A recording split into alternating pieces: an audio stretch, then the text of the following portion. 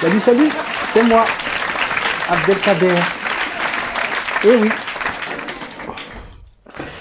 Aujourd'hui, je vais vous parler de beaucoup de choses, des choses que vous n'aimez pas. Je vais vous parler du son, des studios, du cinéma et de la technique de la prise du son. Eh oui, je sais, vous n'aimez pas. Alors pour cela,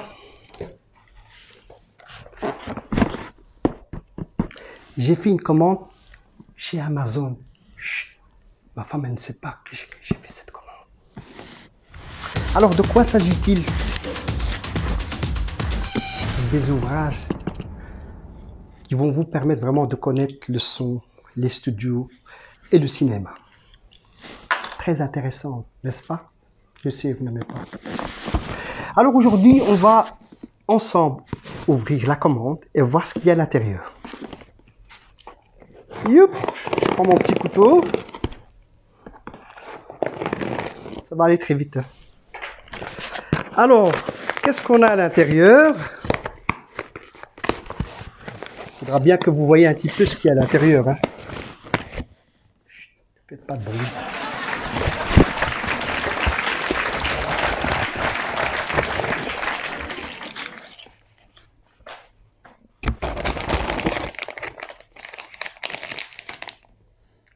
Eh oui, un beau petit câble HDMI. Je vous dirai plus tard à quoi sert ce câble. Alors, voilà mon premier ouvrage. Alors, je ne sais pas si on le voit, le grand livre du home studio pour enregistrer et mixer de la musique chez soi. Comme je suis un... Eh bien, je veux tous les mixer. Voilà, donc ça c'est le premier. On va passer au deuxième. Alors, le guide de la prise du son pour l'image.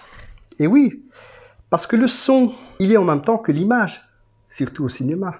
Vous êtes d'accord? Troisième livre. Je dépose quand même ça. Alors, c'est le manuel de survie du vidéaste. Vous voulez voir à quoi ça ressemble?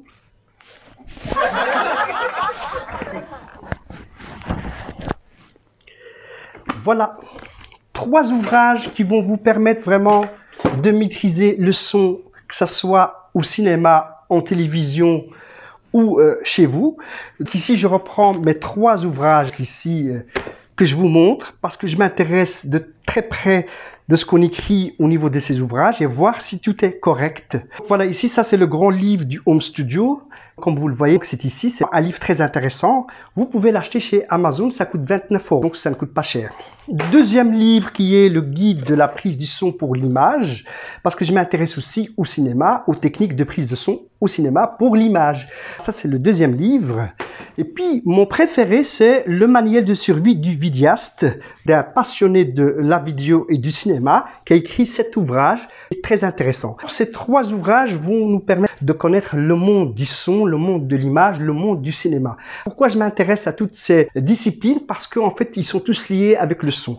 Que vous soyez au cinéma, que vous soyez en télévision, que vous soyez en radio ou que vous soyez tout simplement chez vous, le son est très important. Je l'ai toujours dit dans mes vidéos que le son est plus important même que l'image.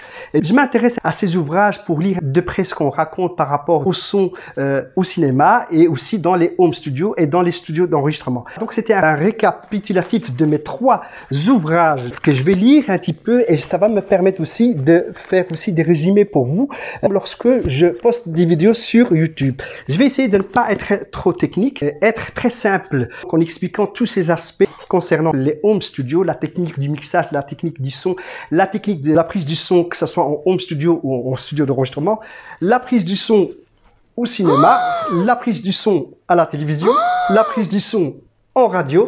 Donc voilà, tous ces ouvrages vont me permettre de faire un résumé et de faire une vidéo qui va vous permettre de connaître tout ça simplement afin que vous maîtrisiez ce domaine qui est un domaine complexe parce que je rappelle que le son, il y a beaucoup de spécialités dans le son.